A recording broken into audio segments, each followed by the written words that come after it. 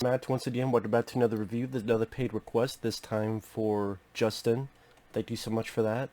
For those interested in requesting pretty much any type of videos, topics, reactions, rankings, lists, randomness, re-reviews, reviews, pretty much anything else, feel free to send it either directly to my PayPal or join my Patreon. Both links are down below in the info box.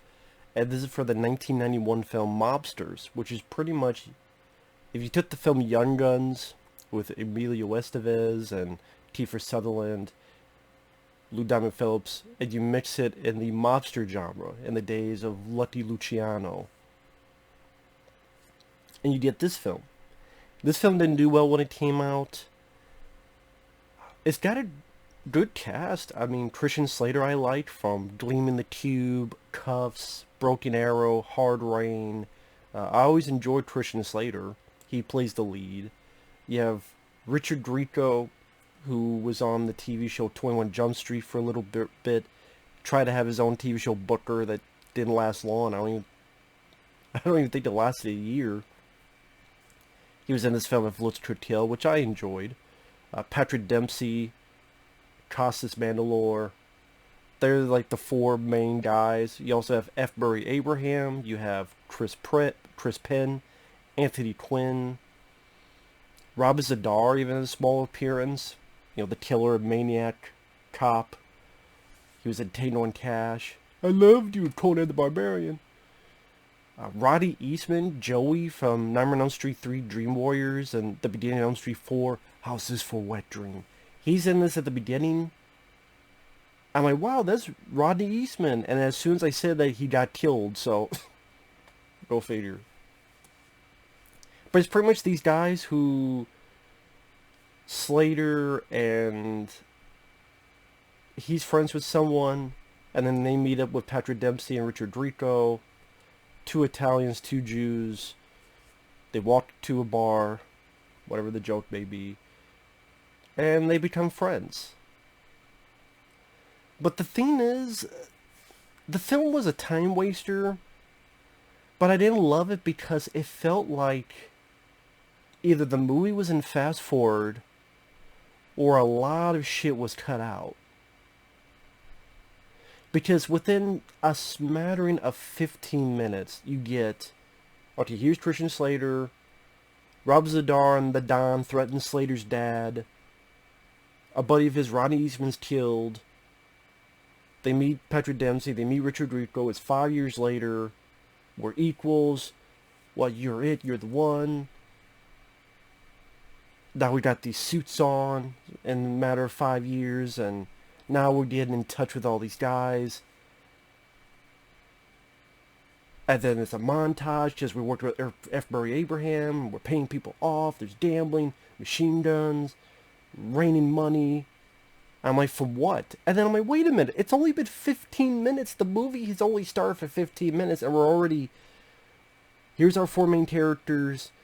I guess we've now established they have a friendship with each other, and they know each other, and they think of themselves as equals to each other, they bond with each other, and then they got the suits on, and they're up, and not the upper echelon, but they're over here, and money's raining, and they're doing well with F. Murray Abraham, we have a montage. I'm like, it's only been 15 fucking minutes. It's like telling the whole story of Rocky 4 in 15 minutes. I'm like, wait a minute. Imagine the first 15 minutes of Rocky 4, we're already in the montage. Hearts on fire. And doing the montage training at the 15-minute mark. I'm like, wait a minute, are we in fast forward? Did I miss a ton of shit? How did they become... Yeah, they met each other. But how about showing us them becoming friends? What are their interests? What are their bonding moments that they... What do they bond over? What did they have in life to relate to, thus to become such good friends for the next 5 years? How did they even get to the point where they're wearing suits, and how did they get into the situation at hand? You went from Christian Slater with his family in one room, and he sees his dad get humiliated, and then he says a buddy of his get killed. He meets these two guys, and all of a sudden, like a 5 year skip, that's pretty big. And it's like, well, how did they even get position? Like, you compare it to Young Guns. Young Guns actually is taking its time. The Billy the Kid character, he meets these other guys. They're under the tutelage of Terrence Stamp. You didn't know, and that's more characters. Emilio, Kiefer, Lou Diamond Phillips, Charlie Sheen, Casey Shamasco, Dermot Mulroney. You didn't know at least little bits of personality. You know, Dermot Mulroney and Lou Diamond Phillips have a friction with each other. Kiefer Sutherland, he wants to be a poet, and he's kind of stuck in here. Charlie Sheen thinks of himself as the leader, and Emilio is the wild card. And you're at least attempting to establish their individual points as well as how they're working as a team and how they work with Terrence Stamp and a build-up of these situations. And here's Jack Palance, and then this is what happens with one person gets killed, and then what are we going to do now? And you see them rise as outlaws. Like they think of themselves as working for the law, certain situations. Like it's actually doing a story. It's actually building up. I think that's why Young Guns gets remembered, but Mobsters doesn't. I know, Mobsters, I knew going in it was not going to be an accurate account. If you try to learn the history of Lucky Luciano, it's like, I'm not going to learn the history of Billy the Kid watching Young Guns. But Young Guns, I think, is fun and entertaining and works well as a movie. Here, like I said, it just seems as if everything's going in fast forward. I'm like, was big portions of this film cut out? If anyone knows any backstory on this, please let me know. There has to be either large portions was cut out and it was re-edited, or this was just a poorly written movie. How it just jumps from this and this. Like all the stuff I mentioned, and then they're driving a car, then they get attacked, and then Richard Grieco comes out with a Tommy gun. I'm like, what is going on here? It gets confusing. A film like this should not be confusing, but it gets confusing.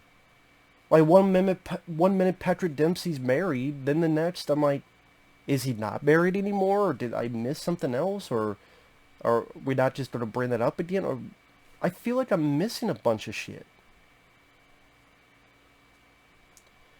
I mean, the general plot is supposed to be these two gangs and the four main characters try to get the gangs to fight each other.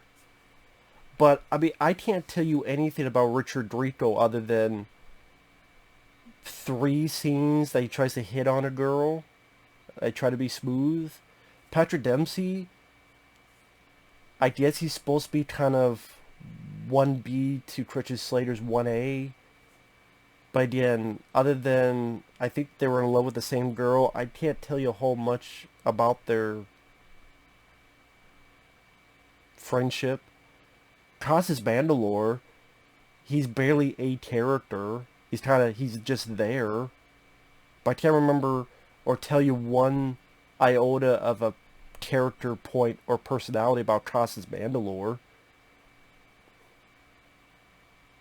Granted, it didn't get too boring, but at the same time, I'm like, sometimes I didn't even know what the fuck was going on.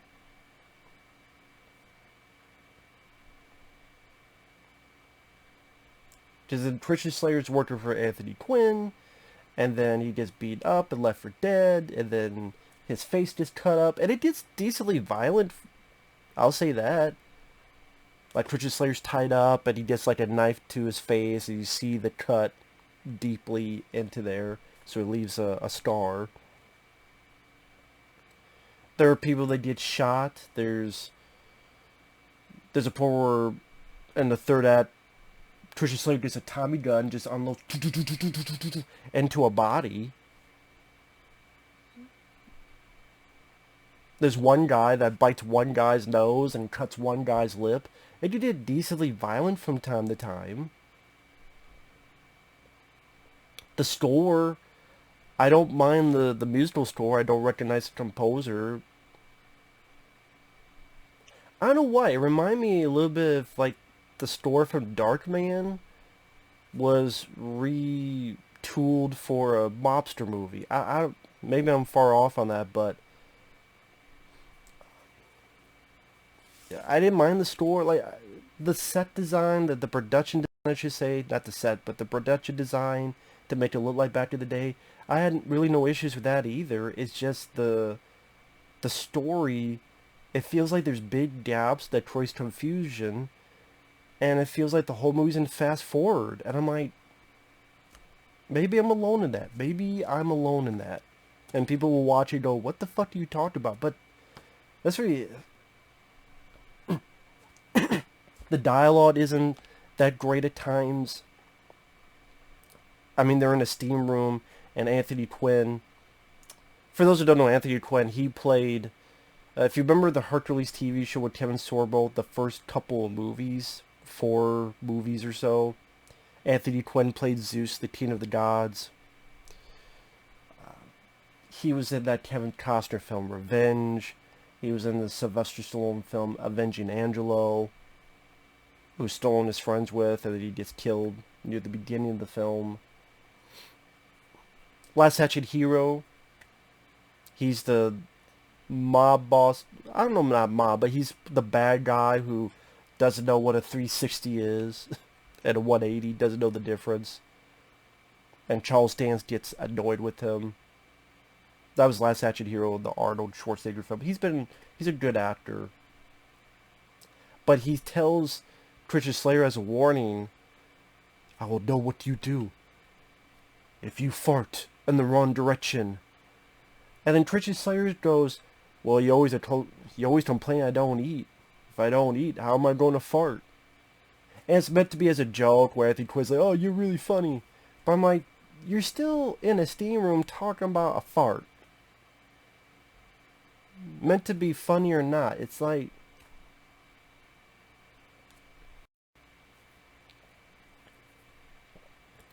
And there were times where it's like, I'm trying to keep up with the plot and go, okay, so...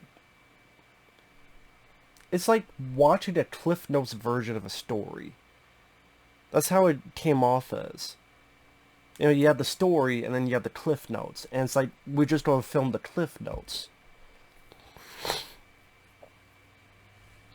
So there's a lot of points in this film that, like I said, just got a bit confusing to me. That yeah, maybe I'm alone in that. It does seem like there's some kind of backstory where they filmed a lot more, and a lot of stuff got cut out.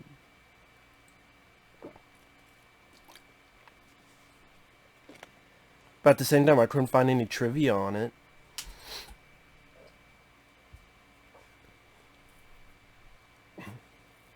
And the story's like them trying to get the mob bosses to knock each other off. Anthony Quinn and Michael Gambon. Well, I think he was the military guy, the human villain in Toys, the Robin Williams film. I think that's Michael Gambon.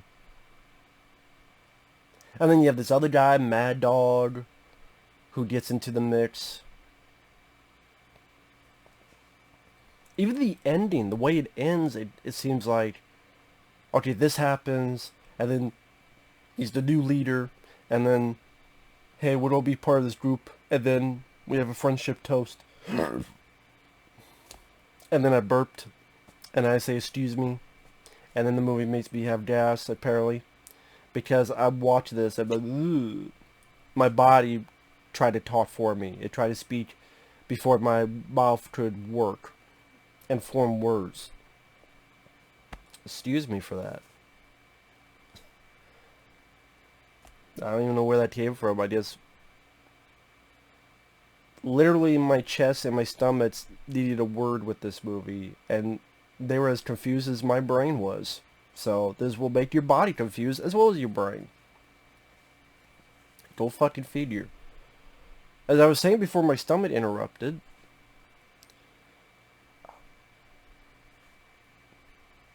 spoiler alert for the ending. Spoilers. God gets killed. There's a new leader. They form a little group, little meeting. Then there's somewhere else with a friendship toast. Then text of what happened to each of these 4 guys. I'm like, the other 3 I barely know as characters. I learn more from the text than I do from the movie about the other 3 characters.